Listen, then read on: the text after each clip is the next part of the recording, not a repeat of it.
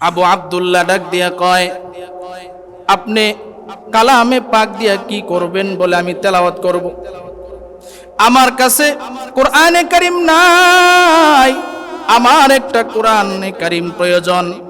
আবু আব্দুল্লাহ এবার দেখলো তার রুমের ভিতরে শুধু একটাই কোরআন, সেটা সে নিজে তেলাওয়াত করে, তার কাছে আর কোনো কোরআন নাই। কিন্তু তিনি চিন্তা করলেন যে তিনি যেহেতু আসছে, তারে ফিরাইয়া দেওয়া যাবে না, তারে তিনি তার পড়া কোরআন শরীফটা তিনারে দিয়া বললেন, নিয়ে যান, আপনি নিয়ে এটা তেলাওয়াত করেন। এবার তিনি চইলা গেলেন শায়েখ হাজ্জাজ আবেদ রহমাতুল্লাহি আলাইহি তিনার যে হুজরা আছে ওই হুজরার ভিতরে চইলা গেলেন।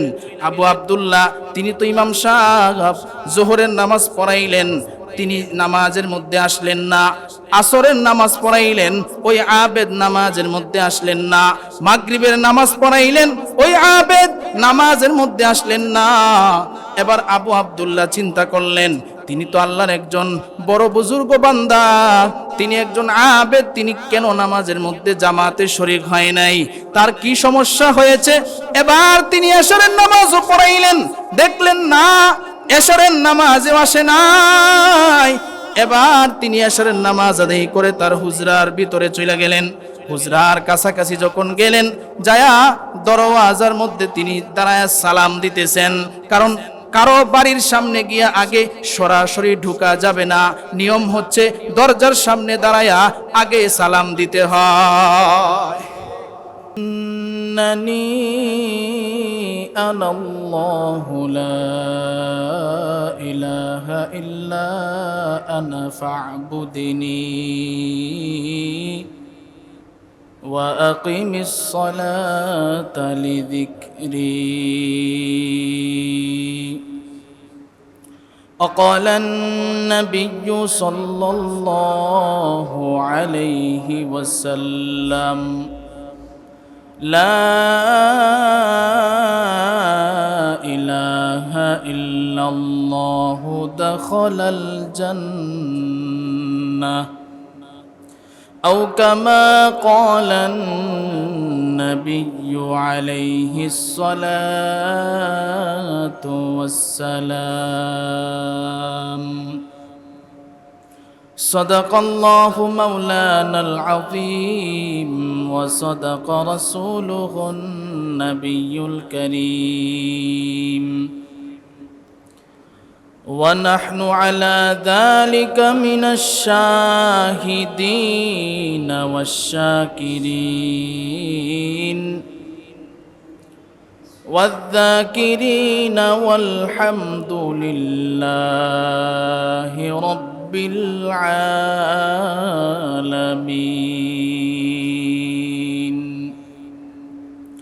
আমরা সকলেই নবীর মহব্বতে দরুদ ইব্রাহিম পড়ি। اللهم صل على محمد وعلى آل محمد كما صليت على إبراهيم وعلى آل إبراهيم إنك حميد مجيد। اللهم بارك على محمد وعلى آل محمد كما باركت على إبراهيم وعلى آل إبراهيم إنك حميد مجيد। توحید کی امانت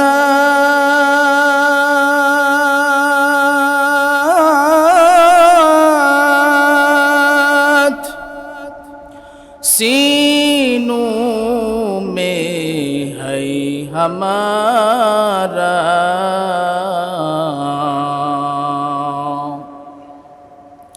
آسان نہیں مٹھانا نام و نشا ہمارا، بلغ العلا بکمالہ كشف الدجى بجماله حسنت جميع خصاله صلوا عليه وآله तकबीर में कलिमा में नमाजों में अदा में तकबीर में कलिमा में नमाजों में अदा में है नाम इलाही से मिला नाम मोहम्मद है नाम इलाही से मिला नाम मोहम्मद फरमाती है आदम के मुझे खुल्द तोरी में लिखा हुआ तो बाप मिला नाम मोहम्मद लिखा हुआ तो बाप मिला नाम मोहम्मद ऐ बंदे खुदा चाहूँगार उनकी मुलाकात ऐ बंदे खुदा चाहूँगार उनकी मुलाकात जल्दी से अब बैठे सुनो हजरत की नसीहत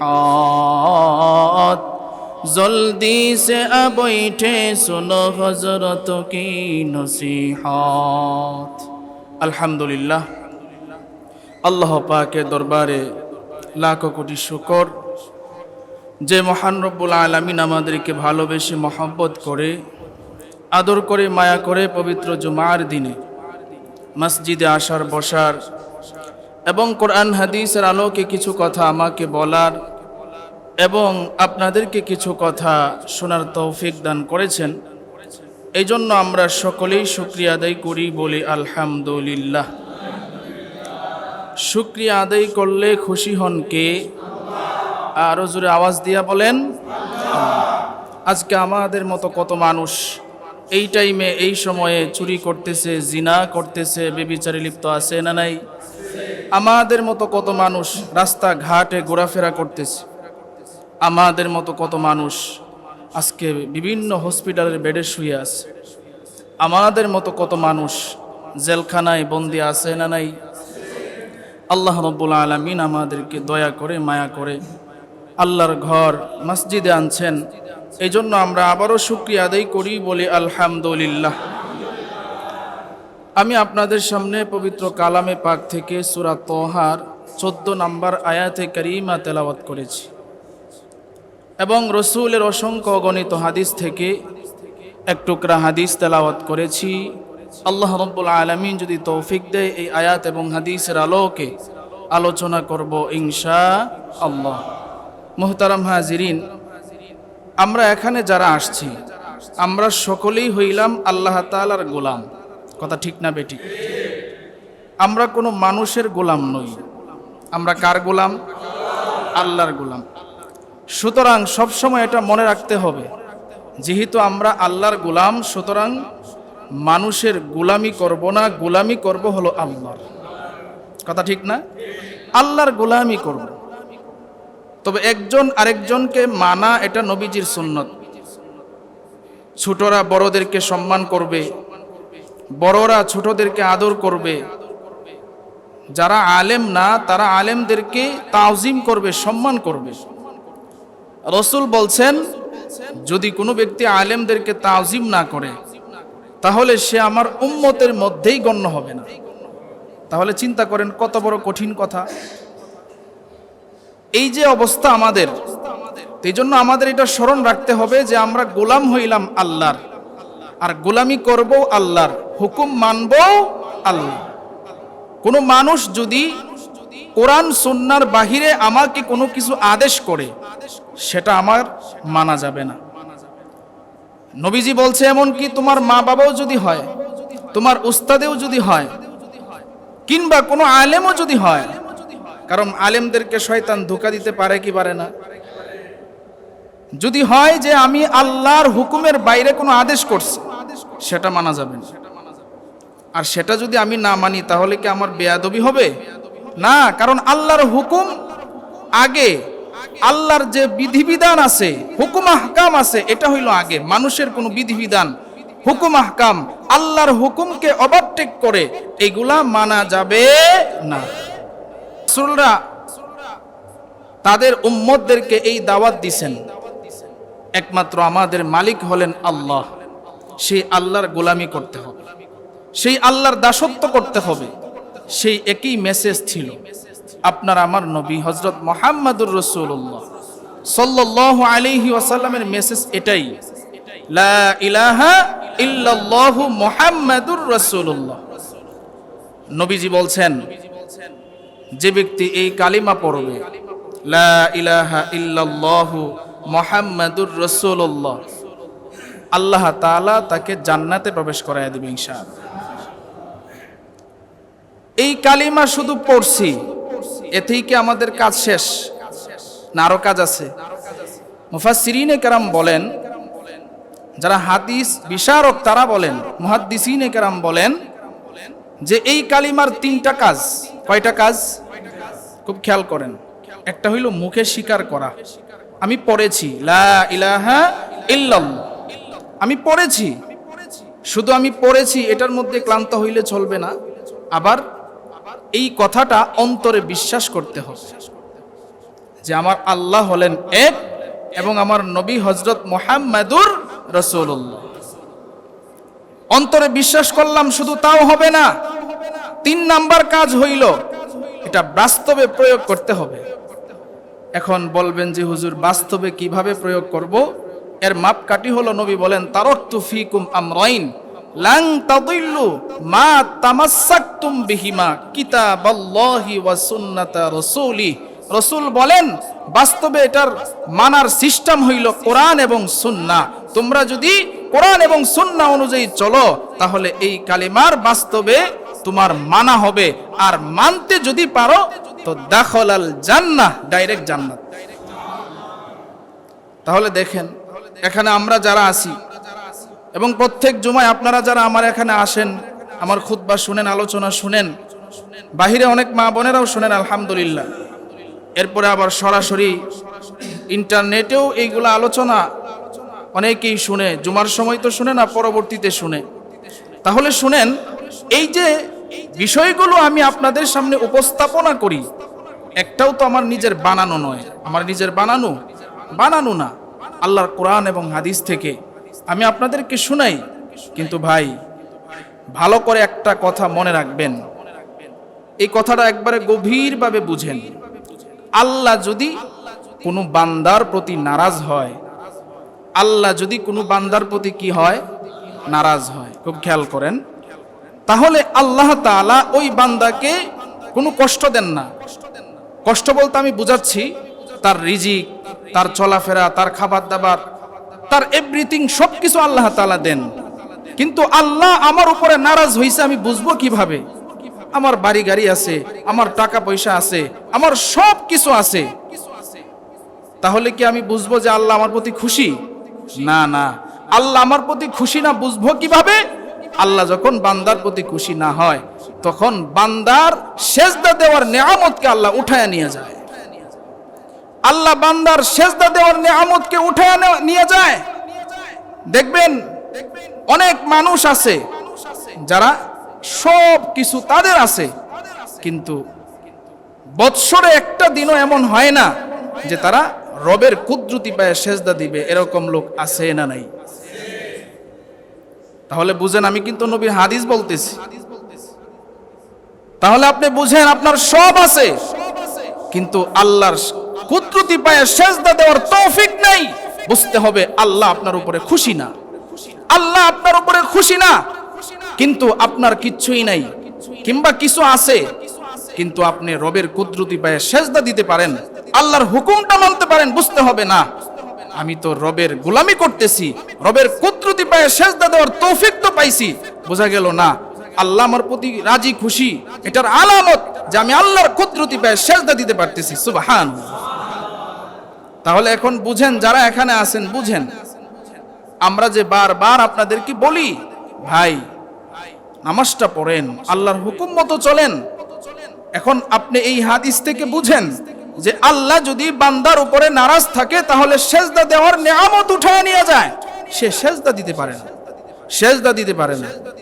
কিন্তু হ্যাঁ, অনেক বান্দারা এমনও আছে, আমার প্রায় এক যুগ ইমামতিতে খতিবগিরিতে আমি অনেক এরকম দেখেছি যারা কোটি কোটি টাকার মালিক, আলহামদুলিল্লাহ এত নমনীয়, এত ভদ্র এবং আলেমদেরকে এত তাওজিম করে এবং 5 ওয়াক্ত নামাজের ক্ষেত্রে, ইসলামের শরীয়তের ক্ষেত্রে এতটা সে অগ্রাধিকার রাখে কিংবা তার ভালো অবস্থান যে সে কোনো সময় আল্লাহর হুকুমের বাহিরে যায় না। সুবহানাল্লাহ, এরকম আমি দেখছি। আমি শুনেন, আল্লাহ তাআলা বান্দাকে পরীক্ষা করেন, এই জন্য আল্লাহ যেন আমাদের প্রতি নারাজ না হয়, সেজদা দেওয়ার তৌফিক যেন উঠায় নিয়ে না যায়, সেই চেষ্টা মেহনত করব তো ইনশাআল্লাহ। আল্লাহ এই কথাটাই এই আয়াতের মধ্যে বলতেছে, সূরা তাহার 14 নম্বর আয়াতে আল্লাহ বলেন, ইন্নানি আনাল্লাহ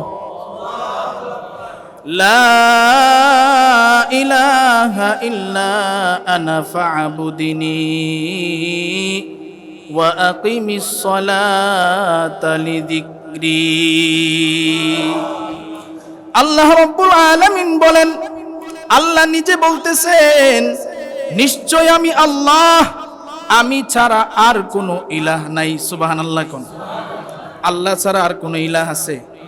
আল্লাহ ছাড়া আর কোনো মাবুদ আছে? আল্লাহ ছাড়া ইবাদত করনেওয়ালা কেউ আছে? এই যে দেখেন, আমাদের দেশ দ্বিতীয়বারের মতো যে স্বাধীন হয়েছে, স্বাধীন হওয়ার পরে বিভিন্ন জায়গায় মাজারগুলো ভেঙে দেওয়া হইতেছে, কথা ঠিক কিনা বলেন? আল্লাহর ওলিদের, অনেক আল্লাহর ওলিরা আসলেই আল্লাহর ওলি, কিন্তু ওই মাজারগুলোতে গিয়া গাঞ্জা টানে, মদ খায়, ইয়াবা খায়, বিভিন্ন নারী নিয়ে ব্যবসা করে, এরপরে ওই মাজারে গিয়া অনেক মানুষ শিরকে লিপ্ত হয়ে যায়, কথা ঠিক কিনা? আল্লাহ ছাড়া কোনো ইলাহ নাই। আল্লাহ বলতেছেন, লা তা'বুদুনা ইল্লাল্লাহ, আরেক আয়াতে, যে আমি আল্লাহ ছাড়া অন্য কারো ইবাদত করা যাবে না। আল্লাহ ছাড়া অন্য কারো কি করা যাবে না? ইবাদত করা যাবে না। সুতরাং এই কপালটা শুধু রবের ক্ষুদ্রতি পায়ে সেজদার জন্যই খাস, অন্য কোনো জায়গায় এই মাথা নত হওয়া যাবে না। অন্য কোনো জায়গায় যদি এই মাথা নত হয়, রব আপনার প্রতি বেজার হয়, শিরিক হয়। আর আল্লাহ বলেন, ইন্না শিরকা লা যুলমুন আযীম। নাউযুবিল্লাহ। শিরিক এতটা কঠিন, শিরিকের গুনাহ আল্লাহ মাফ করবেন না। সুতরাং মনে রাখতে হবে যে একমাত্র রব হলেন আল্লাহ। ইন্নানি আনাল্লাহ লা ইলাহা ইল্লা আনা ফা'বুদিনি। আল্লাহ বলতেছেন, নিশ্চয়ই আমি আল্লাহ, আমি ছাড়া কোনো ইলাহ নেই। সুতরাং আল্লাহ বলতেছেন, আমারই ইবাদত করো। সুবহানাল্লাহ কইতেন না? আমার ইবাদত করো। কি ইবাদত করবা? ওয়া আকিমিস সালাতা লিযিকরি। আল্লাহ তাআলা বলতেছেন নামাজের ব্যাপারে, যে ঈমানের পরেই তো নামাজের হুকুম আসছে। ঈমানের পরেই সর্বপ্রথম হুকুম কি? নামাজ। তাহলে আল্লাহ বলতেছেন যে নামাজ কায়েম করো, সালাত কায়েম করো। তাহলে আজকে আমাদের অবস্থাটা কি দেখেন, অবস্থাটা কি দেখেন আজকে? হয়তোবা এখানে যারা মুসল্লি আছেন নিয়মিত, কিছু মুসল্লি নামাজ পড়েন, কিছু মুসল্লি হয়তোবা বাহিরে থাকেন, বাহিরে নামাজ পড়েন, কিন্তু দেখেন আমার নামাজটা যদি 5 ওয়াক্ত সঠিক না হয়, আল্লাহর সাথে সম্পর্ক হওয়ার মাধ্যম হইল কি? নামাজ। কিন্তু যদি আমার নামাজ থেকে আমি দূরে সরে যাই, তাহলে আল্লাহর সাথে সম্পর্ক আমার ভালো হইল না খারাপ হইল? খারাপ হইল। কারণ আল্লাহর কাছে প্রিয় হওয়ার একটা সিস্টেম হইল সেজদা, রবের কুদরতি পায়ে সেজদা। আর এই সেজদা নামাজের মধ্যে দেওয়া হয়। এই সেজদা আল্লাহর কুদরতি পায়ে দিলে আল্লাহ খুশি হয়। রবকে খুশি করার উত্তম পন্থা হচ্ছে রবের কুদরতি পায়ে মাথা ঝুঁকানো। বান্দা যখন রবের কুদরতি পায়ে মাথা ঝুঁকায়, জিবরাইল আলাইহিস সালাতু ওয়াস সালাম বলেন যে একটা যুবক সে যখন রবের কুদরতি পায়ে সেজদা দেয়, তো আমি জিবরাইল যখন বৃষ্টি হয়, সারা পৃথিবীর বৃষ্টির কণা কয় ফোঁটা জমিনের মধ্যে পড়েছে সেটা আমি গণনা করতে পারি। কিন্তু একটা যুবকের সেজদা রবের কুদরতি পায়ে দিলে সে কত নেকি পায়, সেই নেকির বর্ণনা, সেই নেকির গণনা আমি জিবরাইল করতে পারি না। সুবহান। তাহলে দেখেন সেজদার কি দাম। সেজদার কি দাম, কিন্তু আজকে আমরা এই সেজদা থেকে দূরে, এই নামাজ থেকে দূরে। তাহলে আমাদের শান্তিটা আসবে কিভাবে বলেন? যেটা আমাদের করার ছিল সেটা আমরা করতেছি না, সেটা থেকে আমরা দূরে সরে যাচ্ছি, যার কারণে আজকে আমাদের এই অবস্থা। এই জন্য আল্লাহ বলছেন ওয়া আকিমিস সালাতা লিযিকরি। আল্লাহ বলতেছেন নামাজ কায়েম করার জন্য, নামাজ কায়েম করার জন্য। তাফসীর ইবনে কাসির আসছে যে নামাজের মাধ্যমে আল্লাহর কাছাকাছি যাওয়া যায়, আল্লাহর প্রিয় হওয়া যায়। আর আমরা যদি আল্লাহর প্রিয়ই না হইতে পারি, তাহলে কি আল্লাহর জান্নাতে যাইতে পারবো? জান্নাতে যাইতে পারবো না। আর আল্লাহর প্রিয় হওয়ার মাধ্যম হইল ইবাদত, নামাজ। আল্লাহর প্রিয় হওয়ার জন্য অন্যান্য যত ইবাদত আছে, এই ইবাদতগুলো আমরা যখন করব, আল্লাহ আমাদেরকে প্রিয় বানায় নেবেন, প্রিয় বানায় নেবেন। কিন্তু বর্তমানে দেখা যায় আল্লাহর প্রিয় হওয়ার জন্য আমাদের চেষ্টা নাই, আল্লাহর প্রিয় হওয়ার জন্য আমাদের চেষ্টা নাই। চেষ্টা হইল কিভাবে আমি ধনী হতে পারবো, কিভাবে আমি বাড়ি গাড়ির মালিক হইতে পারবো। সেটা হোক পচা রাজনীতির মাধ্যমে, সেটা হোক দুর্নীতির মাধ্যমে, সেটা হোক মানুষকে জুলুম অত্যাচারের মাধ্যমে, আরেকজনকে মেরে হলেও আমার অবস্থান ভালো করতে হবে। এরকম পচা কাজে আল্লাহ রাজি খুশি হয় না, আল্লাহ আরো বেজার হয়। কথা ঠিক কিনা বলেন? আল্লাহ বেজার হয়। আর এটার প্রতিফলন আছে। এটার প্রতিফলন হইল যে আমি যদি আজকে মানুষকে কষ্ট দিয়ে জুলুম অত্যাচার করে নিজে অর্থ উপার্জন করি, এরপরে অবৈধভাবে সবকিছু স্থাপনা করি, বাড়ি গাড়ি করার চেষ্টা করি, কয়দিন করব? 10 বছর, 15 বছর, 20 বছর, 30 বছর, 40 বছর, এরপরে তো আমার মরণ হবে। কথা বলেন ঠিক কিনা? মরণ হবে কি হবে না? আল্লাহর কাছে জবাব দিতে হবে। প্রত্যেকটা জিনিসের জবাব আল্লাহর কাছে তখন আমাকে দিতে হবে, আপনাকে দিতে হবে। তখন জবাবটা কি দিবেন বলেন? সাপোজ একটা উদাহরণ দেই। এখন তো আর এটা কেউ বলবে না যে হুজুর রাজনীতির আলাপ করেন না। রাজনীতির আলোচনা তো কোরআনে আছে। কথা ঠিক কিনা বলেন? রাজনীতি মানে কি? রাজনীতির অর্থই তো অনেকেই জানে না। রাজনীতি এটা রাজাদের নীতি, এটা একটা অনেক পবিত্র শব্দ, কিন্তু এটাকে এখন বানাইছে পেট নীতি। কথা ঠিক কিনা বলেন? পেট নীতি, পেটকে বুঝাই করার জন্য এই রাজনীতির দোহাই দিয়ে আজকে কোটি কোটি টাকা, এই বাংলাদেশের টাকা বাহিরে প্রচার করছে। কথা ঠিক কিনা বলেন? এখন বলবেন হুজুর এটা কি আপনার কথা না, আমার কথা না, মিডিয়াদের কথা। দেখেন না, এখন যারা রাঘব বোয়াল ছিল মিডিয়ার সামনে বড় বড় কথা বলতো যে আলেম ওলামা জঙ্গি, অমুক জঙ্গি, অমুক জঙ্গি, তারা মানুষকে মারে, তারা মানুষকে অত্যাচার করে, এইগুলা যারা মানুষদেরকে এরকম বলতো, আজকে তাদের অবস্থা দেখেন। আজকে তাদের সব কিছু বাহির হয়ে আসছে, কে কত কোটি হাজার টাকা পাচার করছে। কথা ঠিক কিনা বলেন? দুনিয়াতেই যদি বাহির হয়ে আসে, তাহলে পরকালে অবস্থা কি হবে বলেন? দুনিয়ার মানুষ তো আর এত কিছু খুঁজে বাহির করার সামর্থ্য নাই।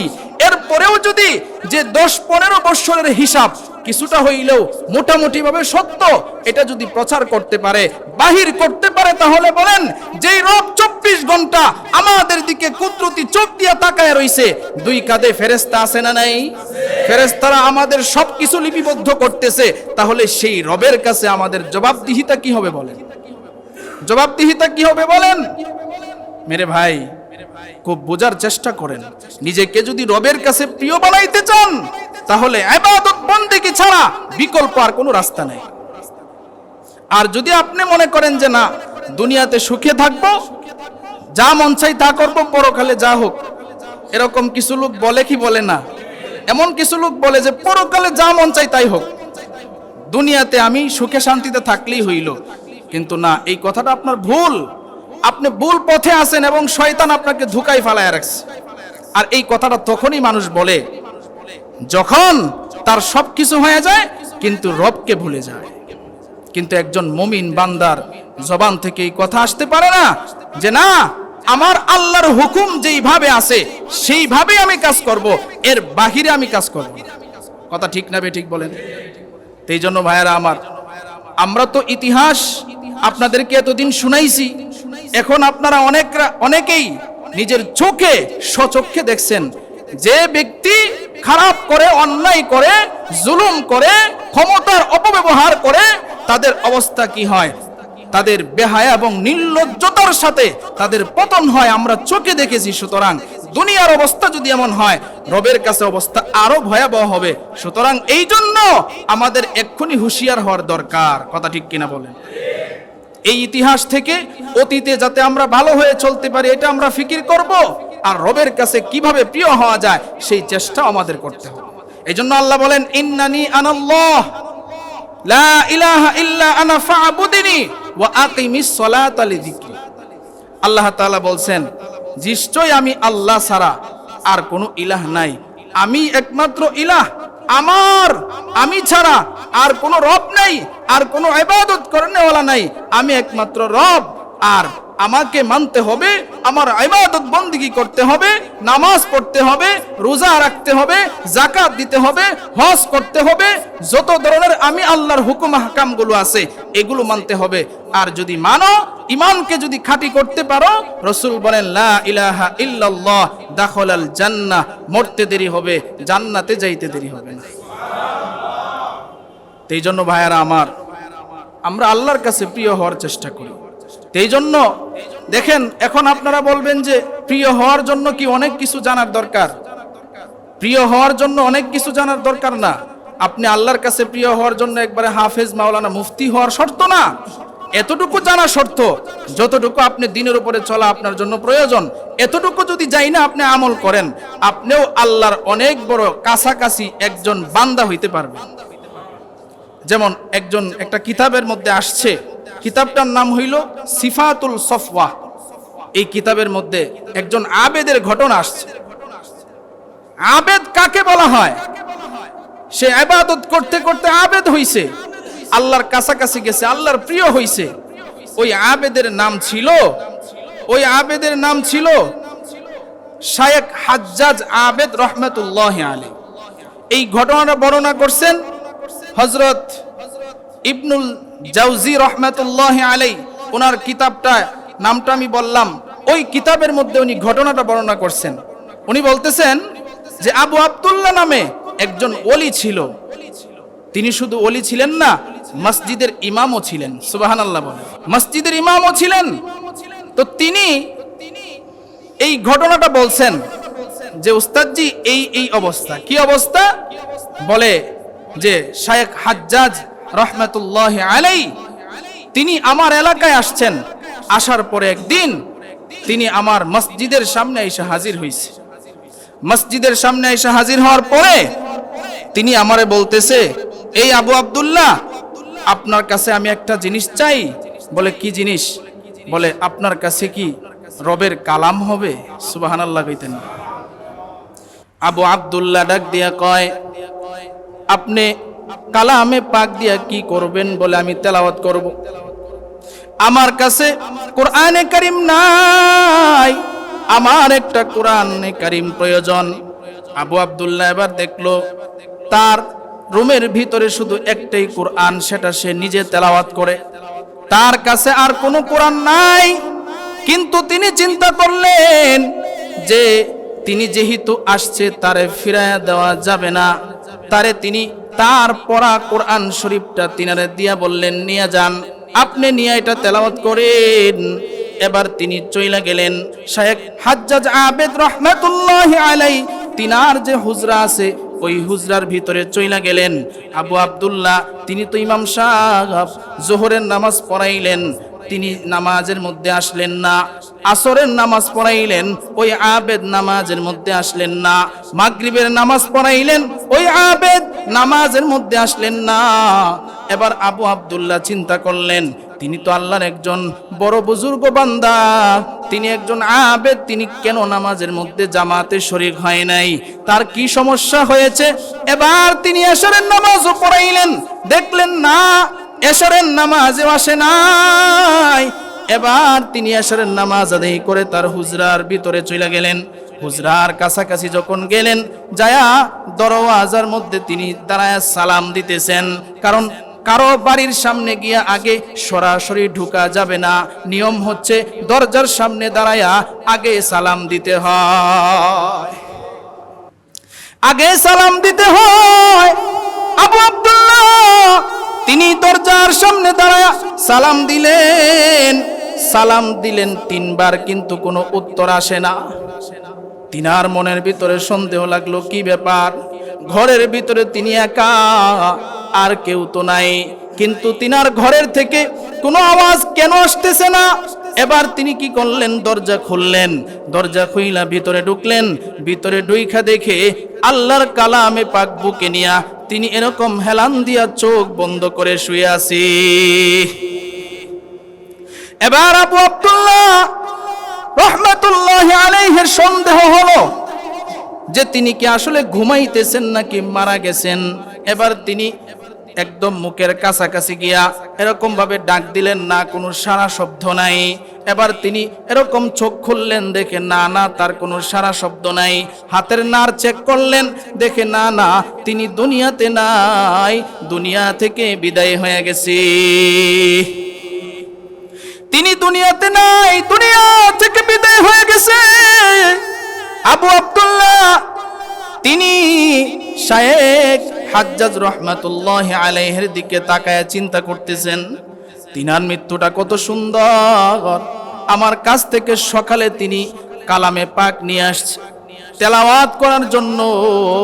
হয়তোবা তিনি রবের কালাম তেলাওয়াত করতেছিলেন, আর তার জানটা হয়তোবা কবজ হয়ে গেছে। সুবহানাল্লাহ, কত ভাগ্য যে সে কালামে পাক তেলাওয়াত করতেছে, আর আজরাইল আলাইহিস সালাতু ওয়াস সালাম আয়েশা তার সামনে দেখা দিচ্ছে। আল্লাহ তাআলার কালাম তেলাওয়াত করা মানে রবের সাথে কথা বলা। সুবহানাল্লাহ, যে ব্যক্তি রবের সাথে কথা বলতে বলতে দুনিয়া থেকে বিদায় হয়, সেই ব্যক্তি কি জান্নাতি হবে নাকি জাহান্নামী হবে? আল্লাহু আকবার, ওই ব্যক্তির কপাল কত ভালো। আমরা তো অনেকে এরকম আছি, সারা রাত্রি শুধু গুনার কাজে লাগায় দেই, এমন আছে না নাই লোক? সারা রাত্র গুনার কাজ আর গুনার কাজ। ঘরের ভিতরে টিভি টানায় রাখছে, এই টিভির মধ্যে সিনেমা নাটক সারা রাত্রি চলতেছে। আবার সকাল বেলায় 12টা-1টা পর্যন্ত ঘুমাইতেছেন, নামাজেরও কোনো খোঁজ খবর নাই। আচ্ছা বলেন, আপনি যে গুনাহ করতেছেন, গুনাহ অবস্থায় যদি আপনার মৃত্যু হয়, মরার পরে আপনার অবস্থাটা কি হবে? মরার পরে আপনার অবস্থাটা কি হবে? আবু আব্দুল্লাহ তিনি চোখের পানি পালায় কান্দে, আর ডাক দিয়া কয়, শায়েখ হাজ্জাজ রহমাতুল্লাহি আলাইহি তিনার মৃত্যুটা কত সুন্দর হয়েছে। কিন্তু আবু আব্দুল্লাহ তিনি কাউকে আর খুঁজে পাচ্ছে না যে তিনাকে যে গোসল দিবেন, দাফন কাফন করবেন। আর হাজ্জাজ আবেদ রহমাতুল্লাহি আলাইহি তিনি ছিলেন গরিব, তিনার ঘর বাড়িও নাই। তিনি এক এক এলাকায় এক এক সময় গিয়া একটা সাফরা বাইন্দা ওই সাফরার ভিতরে থাইকা ইবাদত বন্দেগী করে। এবার আবু আব্দুল্লাহ চিন্তা করলেন, আমার যে চাদর আছে, এই চাদর দিয়ে আমি তার দাফন কাফনের ব্যবস্থা করব, কারণ তার শরীরের মধ্যে যে জামাটা আছে, এই জামাটা দিয়াও তার দাফন কাফন হবে না, কাফনের কাপড়ও হবে না। এবার আবু আব্দুল্লাহ চিন্তা করলেন, এখন তো আমি একা একা তারে উঠায়াও নিয়ে যাইতে পারবো না, কিছু লোকের প্রয়োজন আছে গোসল দেওয়ার জন্য, আমি একা একা তারে কোনো কিছুই করতে পারবো না। এইভাবে সারা রাত্র কেটে গেল। তখন ফজরের আজানের কিছুক্ষণ আগে হঠাৎ করে আবু আব্দুল্লাহর কানের মধ্যে একটা আওয়াজ যখন হইছে, তিনি বুঝতে পারলেন যে এখানে কোনো কিছু হইছে। তিনি সামনে আগাইলেন, আগায়া দেখে জান্নাতের সুঘ্রাণ আসতেছে। সুবহানাল্লাহ, জান্নাতের সুঘ্রাণ। এবার তিনি দেখেন একটা প্যাকেটের মধ্যে 2টা কাফনের কাপড় সুন্দর করে প্যাকেটিং করা কে জানি রাইখা গেছে। তিনি কাপড়গুলো হাতে নিলেন, দেখে এটা তো দুনিয়াবি কোনো কাপড় না, এটা তো জান্নাতি কাপনের কাপড়। আবু আব্দুল্লাহ চিন্তা করলেন, আল্লাহর কাছে লোকটা কত প্রিয় হইলে জান্নাত থেকে আল্লাহ কাফনের কাপড় পাঠায় দেয়। সুবহানাল্লাহ।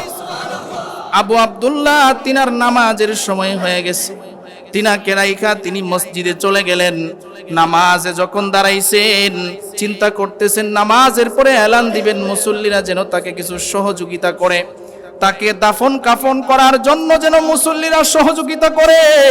কিন্তু আশ্চর্যের ব্যাপার হলো, তিনি যখন সালাম ফিরাইলেন, সালাম ফিরায় দেখলেন স্বাভাবিকভাবে এত মুসল্লি হয় না, কিন্তু আজকে দেখে তার মসজিদ একবারে প্রথম কাতার থেকে শেষ কাতার পর্যন্ত শুধু মুসল্লি আর মুসল্লি। আবু আব্দুল্লাহ চিন্তায় পড়ে গেলেন, এত মুসল্লি কিভাবে হইল, এত মুসল্লি আসারও কারণ কি? কিন্তু আশ্চর্যের ব্যাপার হলো সাধারণ মুসল্লি নয়, ওই জামানার যে বড় বড় আরো কয়েকজন আল্লাহর ওলি আছে তারাও এই ফজরের নামাজে আইসা হাজির হয়ে গেছে। সুবহানাল্লাহ। ওই জামানার যারা বড় বড় বুজুর্গ তারাও হাজির হয়ে গেছে। মনে করেন আমাদের বাংলাদেশে যারা বড় বড় একদম আমাদের উস্তাদ যারা, আমি যদি সকালবেলায় দেখি যে আমার উস্তাদরা এসে হাজির, আমার একটু আশ্চর্য লাগবে যে ফজরের সময় উস্তাদরা হাজির। আবু আব্দুল্লাহ তিনি দেখলেন কে কে হাজির, চারজন ওই জামানার বুজুর্গ। একজন হলেন মালিক ইবনে দিনার রহমাতুল্লাহি আলাইহি, সুবহানাল্লাহ। একজন মালিক ইবনে দিনার রহমাতুল্লাহি আলাইহি, আরেকজন হলেন সালেহ বুনানি রহমাতুল্লাহি আলাইহি, আরেকজন হলেন হাবিবে ফারসি রহমাতুল্লাহি আলাইহি, আরেকজন হলেন হযরত মুররি রহমাতুল্লাহি আলাইহি, সুবহানাল্লাহ। কত বড় বুজুর্গ ছিলেন মালিক ইবনে দিনার রহমাতুল্লাহি আলাইহির ব্যাপারে যদি আমি বলি, যারা আলেম উলামা আছেন তারা তো জানেন যে মালিক ইবনে দিনার রহমাতুল্লাহি আলাইহি কত বড় মাপের একজন বুজুর্গ। তিনি এমন বুজুর্গ ছিলেন, তার দিনার নামটা কেন রাখা হয়েছিল এটা বলি। তিনি নদী পথে যাচ্ছেন, তখন তিনি মুরাকাবার হালতে ছিলেন। তো মুরাকাবার হালতে তিনার দুনিয়াবি কোনো খেয়াল নাই। তো যখন মাঝি নৌকা পার করছে, পার করার পরে এখন সবাই ভাড়া দিছে, মালিক ইবনে দিনার রহমাতুল্লাহি আলাইহি ভাড়া দিতেছেন। তো মাঝি ধাক্কা দিয়া কয়, বেটা নৌকায় উঠছো, ভাড়া দেও না কেন? সবাই দিছে, তুমি দেও না কেন? তো মালিক ইবনে দিনার রহমাতুল্লাহি আলাইহি তো মুরাকাবার হালতে, দুনিয়াবি খেয়াল নাই, পকেটে টাকা আছে কিন্তু তিনার তো খেয়াল নাই, এই হালত নাই। এবার যখন তিনাকে ধাক্কা মেরে ধমক দিছে, তখন বলে আল্লাহ, আল্লাহ তোমার গোলামরে ধাক্কা দিছে, কিছু দেরহাম লাগবে, তাই আল্লাহ তুমি দেরহামের ব্যবস্থা করে দেও না। সুবহানাল্লাহ। এবার মালিক ইবনে দিনার রহমাতুল্লাহি আলাইহি যখন এই কথা বলছে, বলতে দেরি হইছে, ইব্রাহিম না কই রহমাতুল্লাহি আলাইহি বলেন যে মালিক ইবনে দিনার যখন এই কথাটা মুখ দিয়ে উচ্চারণ করছে, সমুদ্রের মাছ প্রত্যেকটা মাছের ঠুটে দেরহাম নিয়ে দাঁড়ায় গেছে। এই মালিক ইবনে দিনার, কত দিনার তোমার প্রয়োজন? আমরা দাঁড়ায় গেলাম, তোমার প্রয়োজন অনুযায়ী তুমি নিয়ে নাও। তখন থেকে মালিক ইবনে দিনার নাম হয়ে গেছে। মাঝি তো তখন ভয়ে আশ্চর্য হয়ে গেল, হুজুর মাফ করে দেন, বুঝতে পারি নাই। কারণ তিনি মুরাকাবার হালতে ছিলেন, তিনি হলেন মালিক ইবনে দিনার, কত বড় একজন বুজুর্গ। শুধু তাই নয়, আরো অনেক ইতিহাস আছে ওনার। তো তিনাদের মতো বড় বড় বুজুর্গ মসজিদে হাজির। এবার আবু আব্দুল্লাহ রহমাতুল্লাহি আলাইহি তিনি বলেন, উস্তাদজিরা আপনারা এখানে হাজির? বলে, শোনো, রাত্রিবেলায় আল্লাহর থেকে এলান হয়ে গেছে যে আমার এক পেয়ারা বান্দা আবেদ, সে মারা গেছে, তার কাফনের কাপড় সমস্যা, তোমরা সবাই যাও গিয়া তার দাফন কাফনের ব্যবস্থা করো, তোমরা নিজেরা গোসল দিবা। দেখে আবু আব্দুল্লাহ রহমাতুল্লাহি আলাইহি দেখে প্রত্যেকের হাতে এক একটা করে কাফনের কাপড়। সুবহানাল্লাহ। মালিক ইবনে দিনার রহমাতুল্লাহি আলাইহি বলে, এ আবু আব্দুল্লাহ, তিনি তো একজন আল্লাহর ওলি ছিলেন, যাও আমরা নিজেরা তাকে গোসল করায়া দাফন কাফনের ব্যবস্থা করব। জানাজার সামনে নিয়ে যখন দাঁড়াইছে, মালিক ইবনে দিনার রহমাতুল্লাহি আলাইহি কাফনের কাপড়টা সরায়া কপালে একটা চুমা দিয়া ডাক দিয়া কয়, সারাটা জীবন রবের ইবাদত করলেন, আর কাউকে জানান নাই যে আপনি এত বড় আল্লাহর ওলি এবং বুজুর্গ, কাউকে আপনার ইবাদতের কথা প্রকাশ করেন নাই। আপনি এক এলাকায় প্রকাশ হয়ে যাবে বলে আরেক এলাকায় যাইতেন, আরেক এলাকায় ইবাদত করতে করতে মানুষ যখন বুঝে ফেলবে আরেক এলাকায় যাইতেন। এইভাবে আল্লাহর কাছে প্রিয় হয়েছেন। ও ভাই, জানাজার নামাজ শেষ করলো, তাহলে বুঝেন আল্লাহর কাছে যদি প্রিয় হইতে হয় ইবাদত ছাড়া বিকল্প আর কোনো রাস্তা না। ইবাদত ছাড়া আর কোনো বিকল্প রাস্তা নাই। এই জন্য আল্লাহ বলছেন, ইন্নানি আনাল্লাহ লা ইলাহা ইল্লা আনা ফা'বুদনি ওয়া আকিমিস সালাতা লিযিকরি। আল্লাহ তাআলা ইবাদতের কথা বলছেন, আল্লাহকে এক হিসাবে মানার কথা বলছেন। আল্লাহ ছাড়া কোনো মাবুদ নাই, একমাত্র ইবাদত হবে আল্লাহ, ইবাদত হবে আল্লাহর। এই জন্য সর্বপ্রথম যে নামাজ, সেই নামাজটা আগে ঠিক করেন। নামাজটা ঠিক করেন যে কালিমা পড়ছি, মুসলমান হইছি, বাপদাদা সূত্রে মুসলমান হইছি, এটা হইলেই চলবে না। আমাকে অন্তরে বিশ্বাস করতে হবে, বাস্তবে প্রয়োগ করতে হবে। কিভাবে প্রয়োগ করব? আল্লাহর যত বিধিবিধান আছে এইগুলো আমাকে মানতে হবে। যদি না মানি তাহলে আল্লাহ আমার প্রতি খুশি হবেন না। এই জন্য প্রিয় ভাইয়েরা আমার, কথাগুলো বলি দিল থেকে, অন্তর থেকে, কাউকে কষ্ট দেওয়ার জন্য নয়। অনেকেই মনে করে যে হুজুররা অনেক সময় অনেক কিছু বলে। হ্যাঁ, আপনাদের যে রোগ, সেই রোগের কথা যদি আমরা না বলি তাহলে ওষুধ পাবেন কোথা থেকে? কথা ঠিক কিনা বলেন? শুনেন, সব ওষুধ ডাক্তাররা দিতে পারে না, সব ওষুধ ডাক্তাররা দিতে পারে না। কিছু কিছু জায়গায় ডাক্তাররা ব্যর্থ হয়। এখন বলবেন কিভাবে ব্যর্থ হয়? মনে করেন যে আপনারা জিনে ধরছে, তখন কি ডাক্তারের বাপ যে সে আপনারা ছুটাই পারবো? নাকি একজন আলেম প্রয়োজন? আলহামদুলিল্লাহ, এখানে অনেক জিনেরাও নামাজ পড়তে আসছেন, তো আপনারা তো বিষয়গুলো জানেন। এবং আপনাদেরকে একটা মেসেজ দিই যে আপনারা বিভিন্ন জায়গায় মানুষকে হয়রানি করে খবিজ যে জিন্নাতগুলো, এইগুলাও আপনাদের মেহনত কইরা তাদেরকে ভালো বানানোর চেষ্টা করতে হবে, এবং তারা যেন মানুষকে ক্ষয়ক্ষতি না করতে পারে। বিভিন্ন যারা দুনিয়া লোভী স্বার্থ কিছু কবিরাজ ফকির আছে, তারা জিন চালান দিয়ে মানুষকে মেরেও ফেলে। কথা ঠিক কিনা বলেন? এজন্য যারা জিন আছেন, নেককার জিন যারা নামাজ পড়তে আসছেন, আপনাদের কাছে আমার আবদার থাকবে যে আপনারা এগুলো ফিকির করতে হবে, মেহনত করতে হবে, তাদেরকে ভালো বানানোর চেষ্টা করতে হবে। যদি ভালো না হয় এদের ব্যাপারেও আপনারা ব্যবস্থা নেবেন। কথা ঠিক কিনা বলেন? এই জন্য শুনেন, কিছু কিছু চিকিৎসা ডাক্তাররা পারে না। এর মধ্যে একটা চিকিৎসা হইল রুহের চিকিৎসা। রুহের চিকিৎসা ডাক্তাররা পারে না, সেটা আলেম ওলামারা পারে। দেখবেন চোর, ডাকাত, বদমাশ তারা জেলখানায় বছরকে বছর থাকে। না না, দেখা যায় জেলখানায় ঢুকছে চোর হইয়া, বাহির হইছে ডাকাত হইয়া। এরকম ইতিহাস আছে না নাই?